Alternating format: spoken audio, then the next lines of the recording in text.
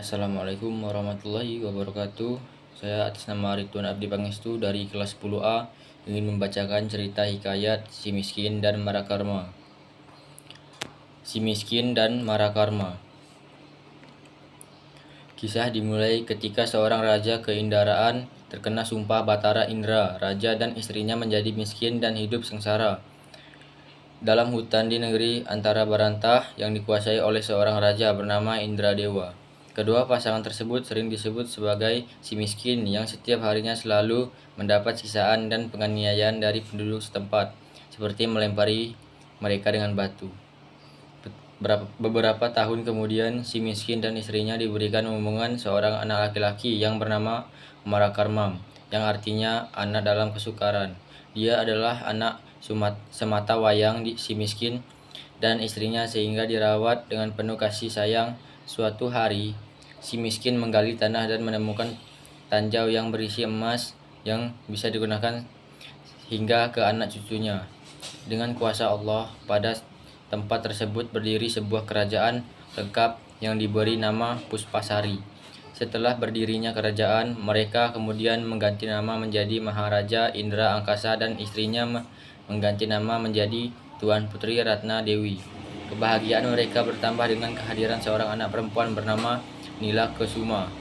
Dengan kehidupan yang indah, lebih baik, mereka tidak luput dari kejahatan yang orang di sekitar mereka, seperti yang dilakukan oleh Maharaja Indradewa yang sangat iri dengan negeri Puspasari dan kebaikan hati raja. Dia melakukan rencana jahat kepada keluarga Raja Indra Angkasa. Ahli nujum terperangkap bujukan Raja Indra Angkasa dengan menyampaikan ramalan palsu bahwa kedua anak Maharaja Indradewa hanya akan mendatangkan celaka bagi orang tuanya. Akibatnya, kedua anak tersebut diminta pergi dari negeri Puspasari. Tak butuh waktu lama, negeri Puspasari turut hancur dan raja ataupun ratu hidup miskin kembali. Keduanya berlari ke hutan. Marakamah disangka sebagai seorang pencuri dan dibuang ke laut, sedangkan Nila Kusuma ditemukan oleh Raja Pangindrasari Sari dan telah menjadi istrinya yang kemudian mengganti nama menjadi Mayang Pengurai. Nasib Marakarma yang terhanyut hingga ditelan oleh ikan nun mempertemukan dengan Cahaya Cairani dan Nenek Kebayan. Marakarma hidup bersama Nenek Kebayan dengan menjual bunga dan bertemu kembali dengan istrinya, Cahaya Cairani. Ia juga mengetahui Putri Mayang sebagai adik kandungnya. Berkat cerita Nenek Kebayan, segera Marakamah menemukan adiknya dan pergi ke negeri Puspasari untuk menemukan ibunya yang masih hidup menderita sebagai pemungut kayu. Marakarma meminta kepada dewa untuk mengembalikan negara Puspasari seperti sedia kala.